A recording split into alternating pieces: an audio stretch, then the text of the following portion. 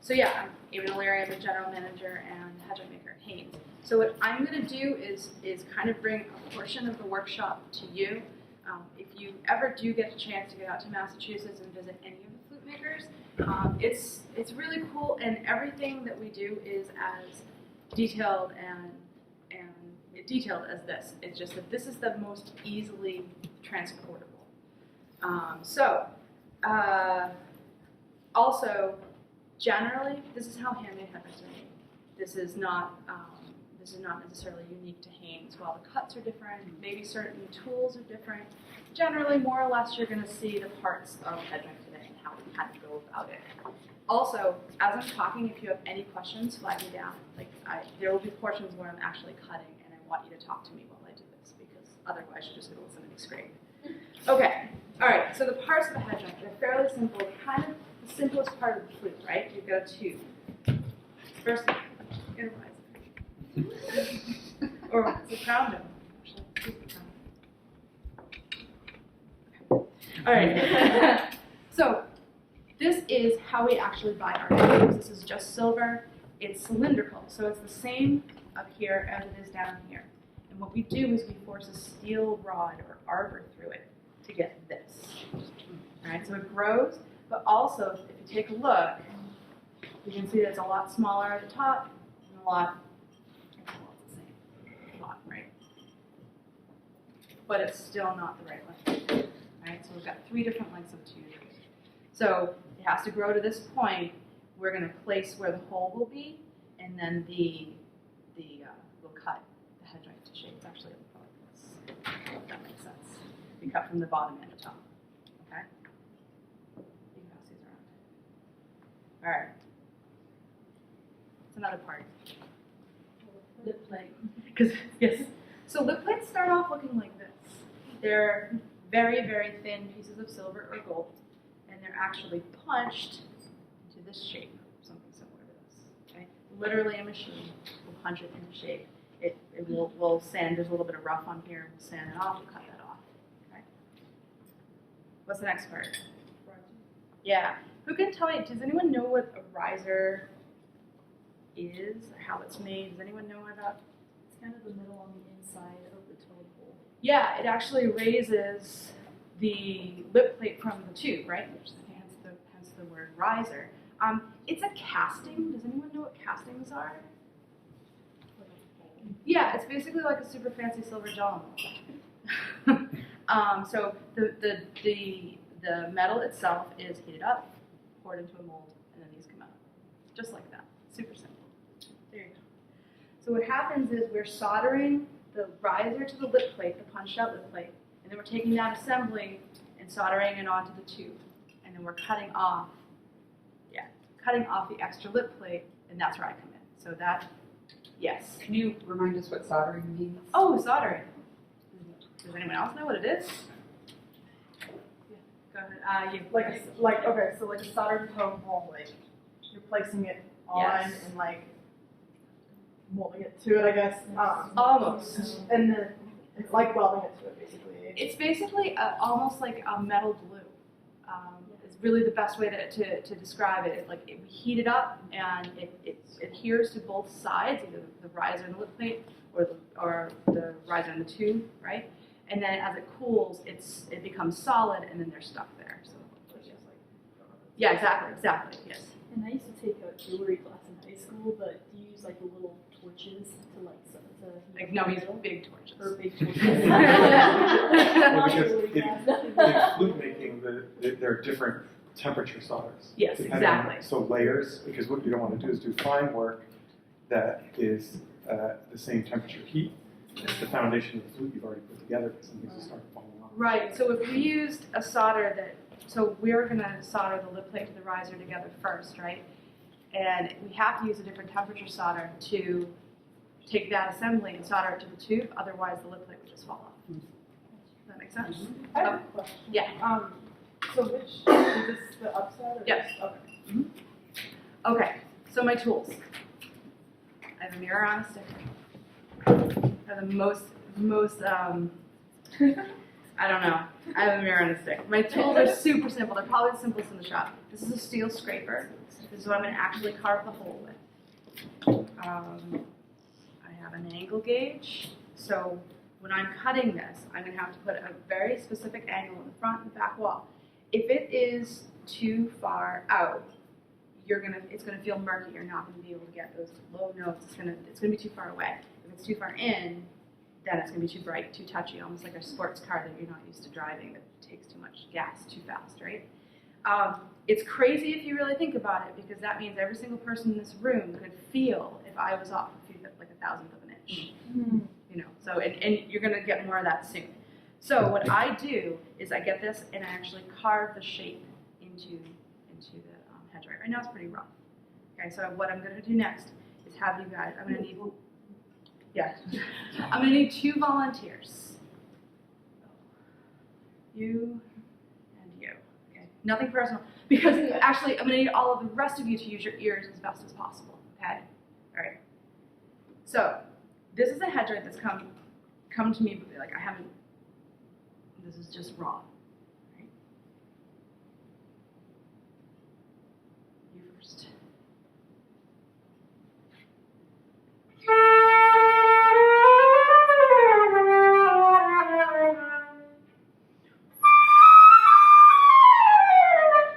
Yeah, it's like a little. It doesn't sound as clean. Okay.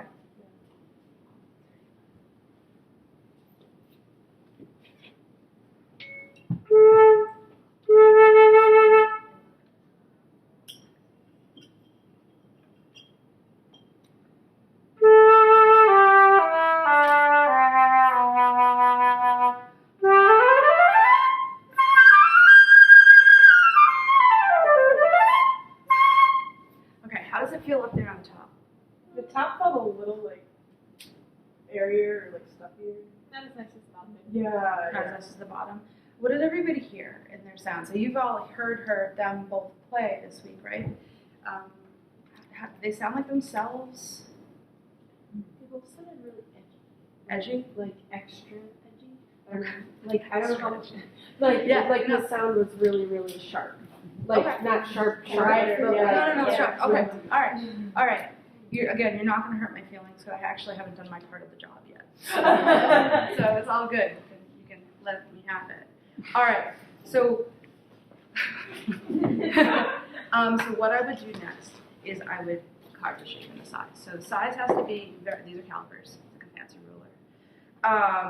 So basically, it's a predetermined by us size, right? Front to back, side to side, the diagonals. But I put that angle in there, right? So I can't measure the bottom because this is flat, right? So no matter how far I put this in here, I can't measure the bottom because the top is always smaller. So that's actually all by eye and by feel. So, yeah, it actually is very cool. So literally, this is what I'm doing. I'm hand carving. I know, right? Oh yeah, anything you've seen me do here, don't do it. Even if it's like, that took her 10 seconds. No, don't do it, right? Don't do it. None of it. Like the first time you cut your hair, I can cut my hair. Yeah, it just Face will look good. yeah. So I'm gonna do this for a good amount of time. This is why I don't have roommates at the shop. Because, okay, so this sounds not so bad to me. You guys hear it? It sounds like a dentist.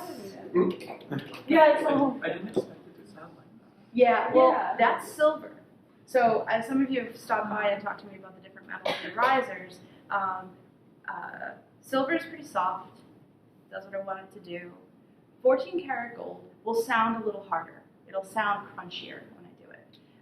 Also though, it really, 14 karat gold comes off and it's perfect little curly Q, so it makes me super happy, and it always does exactly what I want it to do.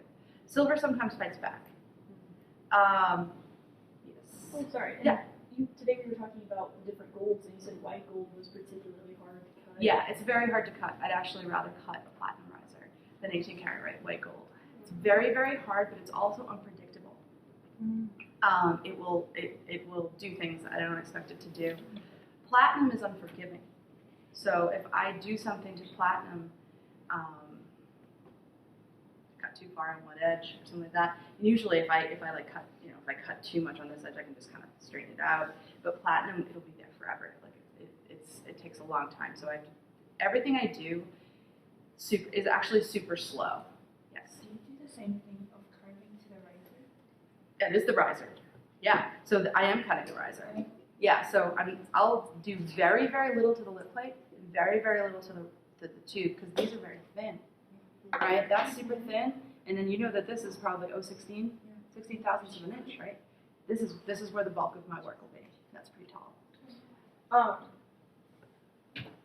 Oh, okay. So if you like make a mistake, do you just kind of have to like scrap it, melt it, make a new riser? Most of the times I can fix a mistake. Okay. Most of the times the mistake is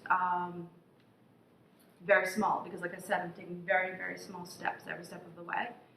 If something isn't good, if I don't want it to leave the shop, it will never leave the shop. In which case, yes, we'll reclaim it. We'll get money for it. But I've lost a lot of labor, right? I've lost a lot of time, so I try not to do that. Okay, so we're gonna fast forward in time because sitting here watching me cut a hedge might get a little boring. So it's like a cooking show.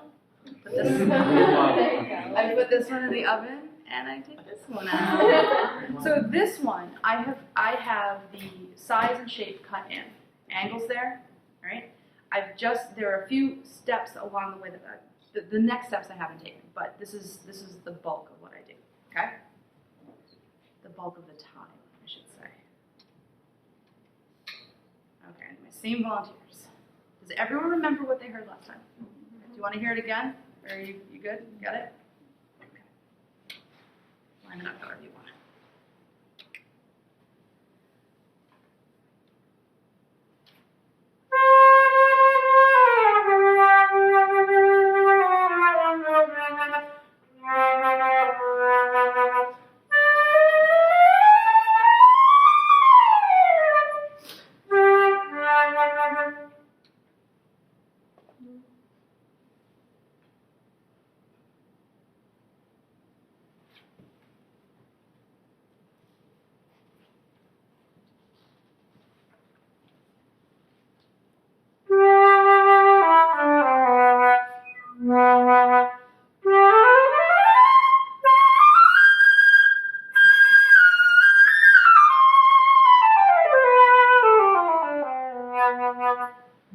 Okay.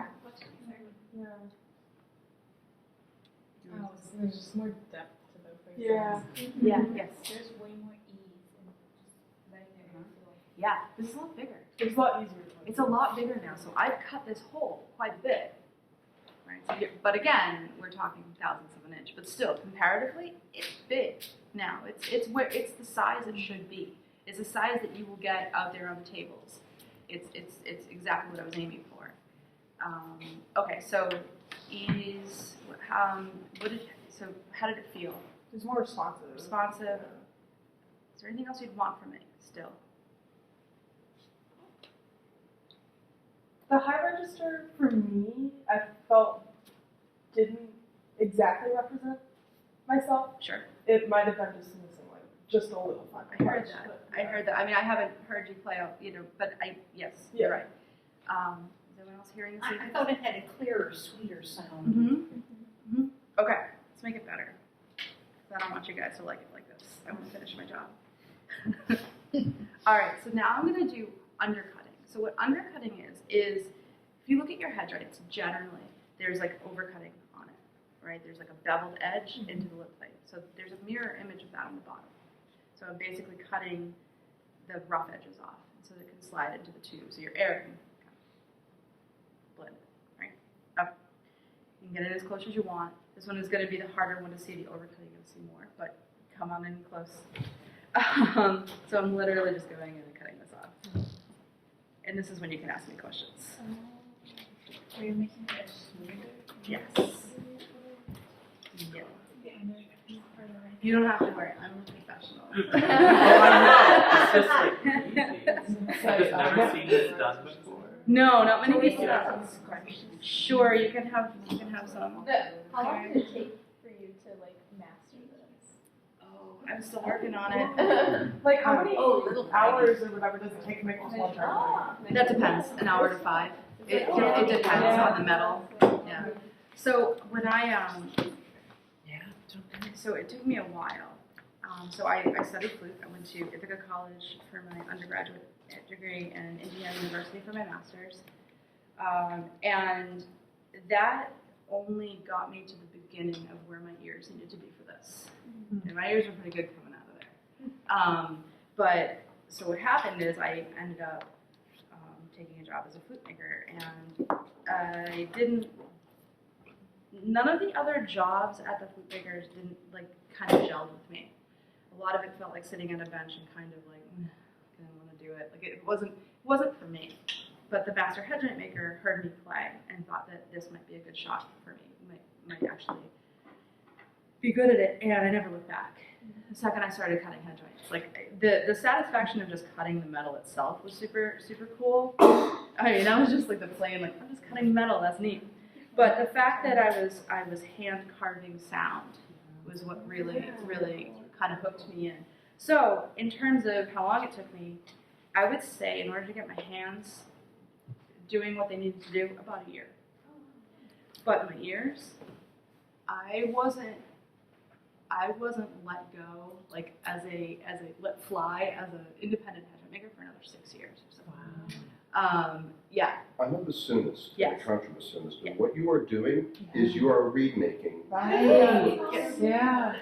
Except that It doesn't it's a grow lot back. more expensive to throw your cane. Yeah. And your cane's a lot more resistant. Yeah, but once it's gone, it's gone. It doesn't like do Yeah, its exactly. bounce You can't back just thing. throw another one. So if you want to like become a flute maker, like a head joint maker or something, like do you just show up somewhere and be like, hey, I want an apprenticeship? Like how does that work? So I was hired. I was hired as a trainee right out of college. I was a strong flute player, and that's what they were looking for at the time. A lot of times we're looking for different things. For different jobs, we're looking for flute players. For other jobs, we're looking for jewelry makers, that type of thing. As far as an apprenticeship goes, it was sort of an on-the-job training situation. So I was not. I think some places do still do that, but for me it was I committed, I was in, and hoped for the best once I got there. Yeah, so you've been playing for 10 years. 10 years. Yes. Question. So, let's say if someone is not satisfied with their possible tonal, will these kind of mutations bring it to you and let you fix? That's the best case scenario. So when I'm done with a head joint, I have to go to my flute playing flute maker friends, right? And we have to go back and forth and make sure that as many people, like, we have to make sure that we all like it and that I like the way they sound. If they don't, or I don't, we can't let it out of the shop because chances are, we're such different players, that we're going to miss a good chunk of people. But if somebody actually can come in and work with me, that's the best case scenario, because then I can hear you and I can adjust it for you. Yeah. Yep. Sorry. Yeah. So you can tell just by listening to someone play like what they might need changed. Yes. Wow. Yes, Wow. and I don't. That's the hardest thing to explain. That's pretty hard. Yes. I have a question because, I'm obviously in a situation where I see a lot of people trying instruments and talk with them. Can you talk to the group about the variables? So I think the most common variable, which probably all of you have seen, that everyone talks about is, I like an oval hole or a square hole or this kind of, people make assumptions without considering all of the other many important variables on a head joint, from the taper to the material to the undercutting, which you can't see. You can feel it if you know what you're talking about, but it's interesting for you to open your perspective in terms of the variables that actually matter, even the lip plate size, for example. Oh, it all matters. Yeah. Yeah, it all matters. The plate that's made, the plate at the bottom of the cork assembly matters. The crown shape matters. The lip plate matters. So we have more of a square, flat riser. We believe that gives you more. There isn't like one sweet spot on the riser. There's more. There's more room there. That's for us and our sound. But yeah, there are a lot of variables. Everything's different, and the taper's different for every company. And we all have very specific tapers that are really embedded into our sound. This is the brand concept thing that we were The talking measurement, about. it's how it's top up. You know, something tapers off, it's going off too. Like if you play a note and it tapers, right? It's the same thing. It's going tapered. Kind of, so if you came to Haynes 10 years ago, previous to that, when you came to Haynes, did they take you into a dark room and say, this is our sound and this is our signature? Like how when with that sound, Like the KFC recipe. exactly. That's hard. That's really hard. So I came to Haynes. So I worked at Powell for 8 years before I went to Haynes, and I always played on Haynes. So I always had the Haynes, that sort of concept in my head. When I went to Powell, I had to learn the Powell sound, and it was really an immersion of always playing, and then with a master head joint maker that would say, no, that's not the Powell sound, all the time, right? So I'd have to and then it was really like learning it, just a full immersion all the time, like learning. But language. primarily hourly based. Yeah. That's It's so fascinating. hard to put into words. It really is. There's a huge difference in the sounds, though. I remember, I don't know if many of you know Elise Shope. She's the second flute in LA Phil. She used to be a student with Amy's here. I did lots of recording work with her consistently, and after her sophomore year, I believe, she went away for the summer, and I didn't see her, and she came back and asked me to do some recording for her. And she played for me. I said, whoa, you got a new flute. Yeah. And I don't play the flute. And she said, yeah, how'd you know? I said, it's bigger and it's darker than what you had before. She goes, yeah, I got Powell. And I was like, wow. And so I've noticed the differences from when Amy went from her Muramatsu to the Haynes. All of a sudden her sound opened up. It had all these different characters to it. And there's little things that you learn to hear over time. Something you don't just learn it. You have to experience it over time. I mean, if you play one instrument, you get used to it. I imagine it was probably really difficult for you because you were so immersed in that one style, and now you're back in it. Yeah. But you had to go and learn, and it's kind of good to hear all the styles. I mean, it's the same thing with double reeds, is you have to learn what all the different instruments do and the different reed styles do. If I blindfolded you, would you be able to tell what brand it was? At least if it was a Haynes or Powell.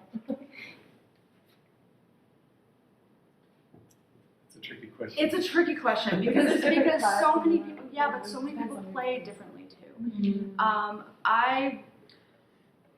Were you asking if you, I thought you were asking if you were trying the head joint. Or if I were trying, No, if I were, that's that's very tricky. I would like to think that there would be qualities that I'd be like, yeah, that's a Haynes, because I do have that in my, but I would have to hear you on a bunch of things and know your sound really well. If I were to hand you my flute blindfolded, besides by feel, do you think you'd be able to tell?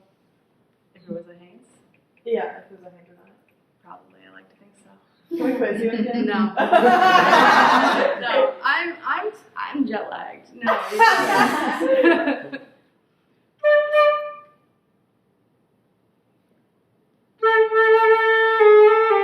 Alright, one more thing, and then I'm gonna hand it to both of you. This is the whole brand concept and what works for you all. And Aiven and I worked together at Haynes, 10 years ago, basically. And it really is she's the person that oversees the voice of the instrument in so many ways. It's incredible. Are there multiple head joint makers at Haynes? Or is it There just will be you? soon, but I've been the sole head joint maker for a bunch Dang, it's a lot of work. I'm making all the customs now. I was making all the customs and the classics that were going on the cues and the Amadeus for a while, but I'm training 2 new people who are going to take those from me. So. Do you think if I got my flute a year ago with Fusion, do you think you could have made that joint? Yes, I'm 100% sure I did. Amazing. All right, here we go. I would safely say up to 7 or 8 years ago. Yeah. All right, you're up.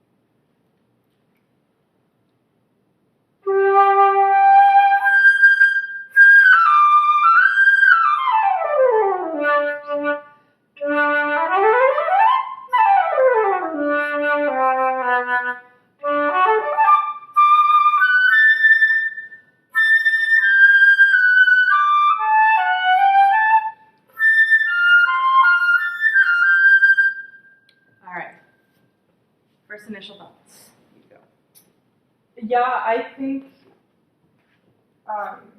it's if I like took it off the table, I'd be like, okay, yeah. I'm good. I'm just curious what the difference is. Like, if I put the crown on it, like, what? That's a variable. We're taking the variables up. Oh, okay. There's a few variables possible. Actually, I always play on the same flute. Whether it's silver, platinum, 14 karat gold, it doesn't matter. I'm always playing on this flute so that I don't adjust for a variation in the flute. So I always try the head joints without the crown because we're going to get I'm going to get a pure read on what's going on with that head joint. Do they hand you, since you're in charge of only the head joint, do they hand you a body and say, I want you to make a head joint for this specific body and sew it together? So the shop is very small, and we have very few people. There's about 20 of us now. And there's never a situation where like a flute moves down a production line and I have to take it and just figure it out. It's a true collaborative process. So when Finley or Joy have a flute and they're like, this one's going here, I've probably got that head joint going at that point. So I'm like, okay, cool. And they'll be talking to me about what's going on with that flute. I'll probably have played it with their test head joint. So I have a test flute, they have a test head joint. That's always the same, right? So they'll be talking to me about what's going on with it, and I'll have that in my ear or in my head as I'm cutting the head joint, and then they come together, and then we adjust together. But with your test flute, aren't there going to be some head joints that won't be able to fit on that and stuff? On this one, Yeah. this is an oversized barrel, Oh. so everything's smaller than it, so I just use tape. So would you not take? That's not like a flute that you sell. This is my flute. That you, This is my flute. Okay. Yeah. My work flute. It's not going anywhere. How did you feel? It was better. It had some more ring in it. I Yeah. don't know how to describe It was it, but more at the same colorful too. At the same time, it still had like a little bit of an edge shine to it that it wasn't. Okay, good. We're gonna take care of that next. Did everyone hear a big difference with that step? Yeah. Okay. All right. Next, we're gonna do the goo on this. What's from? Overcutting. You can actually see this part if you want to come up around. I'm good. I probably won't cut myself. We'll be good. All right. So this was the part that's taking the longest to learn too. Actually, the visible part. You can see how the little curly cues are coming in.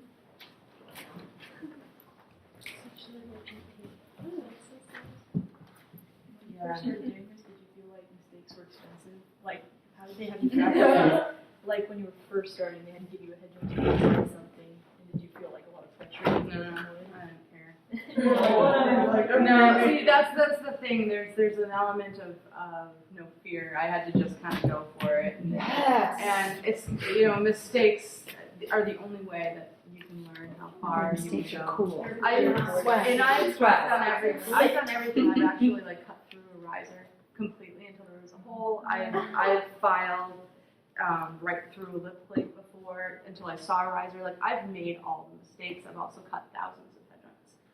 So my mistakes now, my percentage of mistakes is very, very low. And mistakes that I can't fix are so rare at this point. Yeah. So no, it didn't matter. It was fine. Did they ask you what kind of head joints like to sell right away, or did you like practice? Well, no, yeah, it was pretty much right away. It was like do this step and I'll finish the rest. And then you'll do this step, I'll finish the rest. Yeah. So did they just like start you off like here, just like 2 1? I guess they were the No. ones that already I was a top. like mistakes, Pretty sure. right? So it doesn't matter. She's like I do. Like, but you could always fix it, right? But, sorry. Or like they said that they're gonna finish it, right? Yeah. Chances are that I wasn't going to go so far. I mean, I'm also very strong at this point, right? Yeah. So my first few cuts when I was learning, like they were barely there. So this is now my hands are strong, and as I got stronger, I started to make bigger mistakes. So I'm just gonna take off some of the edge. So did you see? Yeah. Did you guys all see what I did? So I just gave it a beveled edge. What made you pursue flute making in the first place? I didn't know what to do. So I got home from Indiana and I just threw myself at a whole bunch of things. I was teaching in a college. I was freelancing in the Boston area, and I took a job at Powell because they they're hiring flute players to do different things. And what happened was, basically, this became more and more important to me. So I basically just zeroed in on what I wanted to do while I was working on it. If you had talked to me while I was in grad school and told me that in 2 years you're going to be doing this and this is going to be what you're doing, for real, I would have told you that you were crazy. That's nuts. There's no way. But yeah, this is something. I use my schooling, my degree. I use all of the flute playing that I've ever done every single day when I cut head joints. Yeah. So do you well, I guess there's multiple levels to the question, but if you're having a bad tone day, you have other people play it and be like, oh. Well, I always have other people play it. Or do you not believe in bad tone days? It's a good question. I actually don't believe in bad tone days. I don't know. Yeah. Yeah, I really Well, don't. somebody hit you in the face. Yeah, I don't believe in bad tone days. Yeah, I believe, what I will do, and I don't know if you've probably heard me talk about this. If I'm in a super bad mood, I won't cut head joints. Do it. I've got enough other stuff to do. I actually run the shop. I'm the general manager, so I've got enough other things to do that I can walk away from a head joint.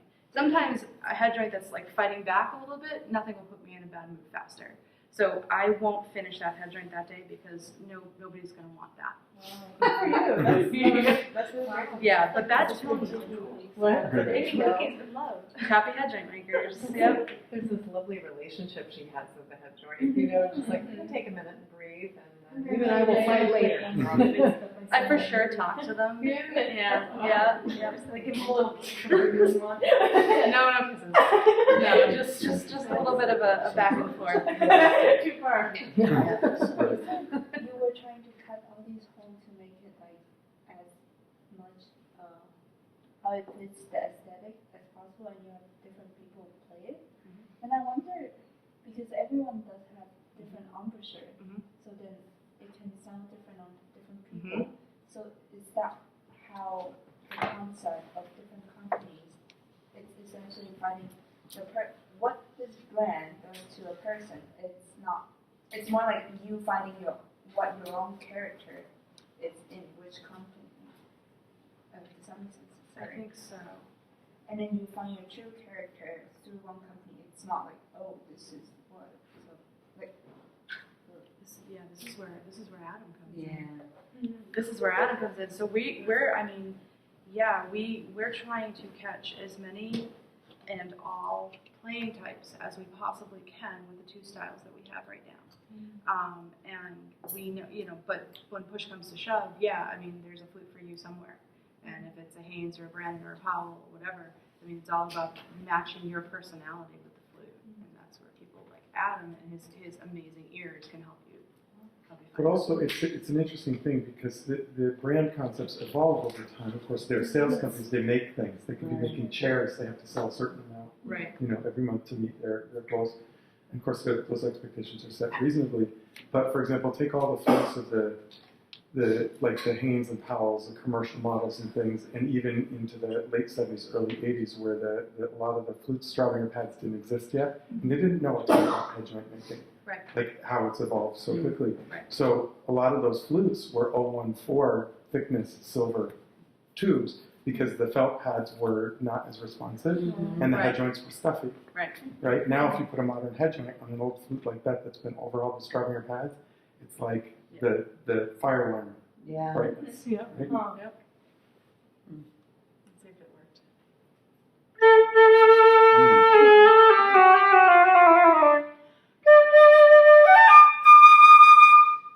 You hear that hiss? Yeah. I do too. Do you have to meet quotas throughout the year? Because you're on, making them against other food companies who also make a certain amount, or maybe if they're not really numbered. We don't share numbers with each other, really. It's all about orders and making sure. So I have an automatic number, right? Because I have to make sure every flute has a head joint, right? And then there's orders for head joints that come in that are standalone. And us dealers, by the way, sorry to interrupt, go for because it's occurring to me that a lot of you don't know. This is good information to have. We place master orders. Dealers place master orders. So we schedule out, you know, in November, October, November, we're looking at our budget for next year. We're looking at the shows when they're happening. Like we plan Flutes to arrive right before the show. That's why we have that beautiful white called Haynes on our table. So we plan that. Aiven, as the general manager and as the head joint maker, has that information at her disposal. So she's planning her schedule, ordering inventory, so she can get those tubes and those lip plates done in time, right? And then of course there's some makers do direct sales, and then there's other international orders as well. So she's got a schedule, and she's already knows what those numbers are. It's not necessarily, I wouldn't say quota. Yeah, it's not a quota. It's not a whoever makes the most flutes wins Yeah. or anything like that. It's planning, really. Planning. Make sure you don't make too little or too many. Do you ever feel rushed, like, on making a lot? Never. No. Never.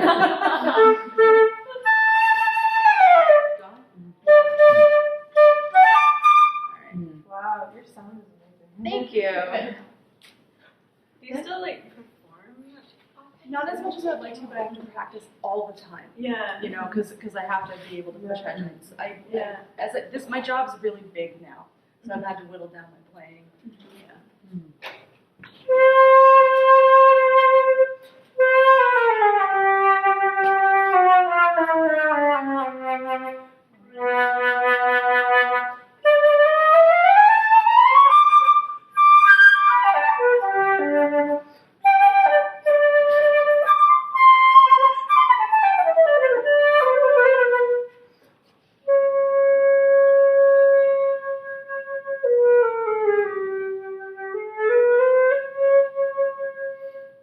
All right, feel better? Oh yeah. I can go on the table now. Yeah. That's you, right? Isn't it crazy to think that somebody else is going to get that head joint? Yeah. That'll be somebody's head joint. It's cool. And you guys helped. Yeah.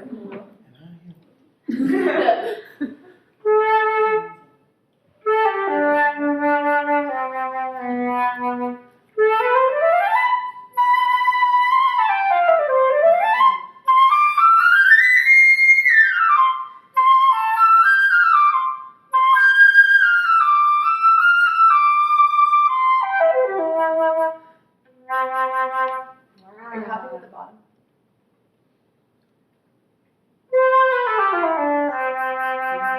Not quite.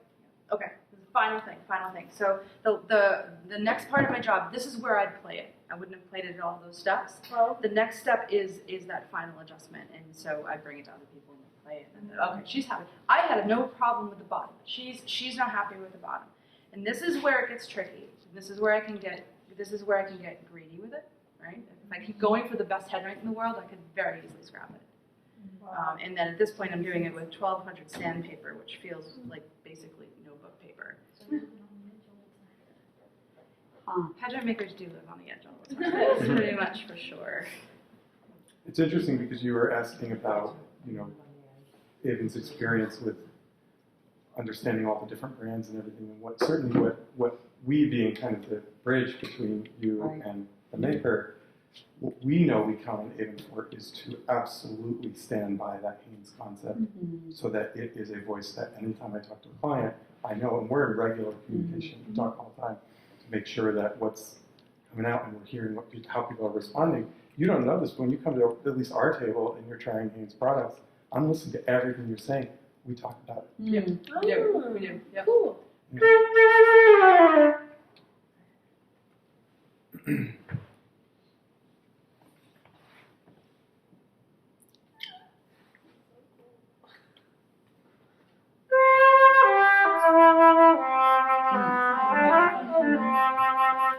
Better? Much better. Nice. All right. It's done. Yeah, that's about it. Yeah. can we hear it with a crown? Yes. Like, would it make a difference? I just had to remember if I brought one. Oh, I was like, Can you but describe what a crown does? yeah. you're gonna describe to me what the crown does. Good one. All right.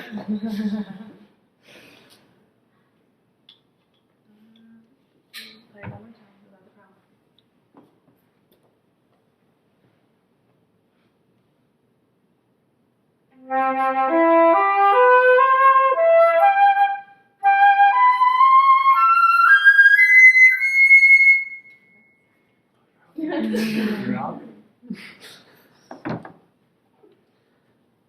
Aiven, did you already tell us what cut that is? This is a P. What years were you at Powell? 2002 to 2000 the very end of 2009. So you probably didn't make the headline. Mine's in the 10,000s. So. Okay.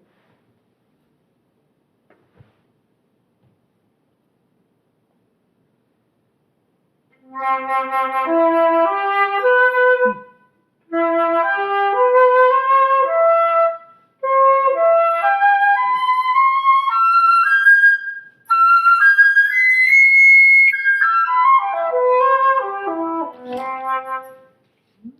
right. What did everyone hear? It was much fuller. Yeah, it's gonna be fuller. It's gonna amplify more. That's so cool. Did it feel different? Yeah, actually, I never noticed how heavy a crown was because as soon as I put it up, I could feel the weight difference. It was so different. But anyways, playing it, so I definitely was thinking about more of resistance at the bottom and trying to get the tone out. But that did amplify the sound by a lot. I could just feel it resonating so much easier. Cool. Good. Wow, amazing work. All right. Thanks. Thanks.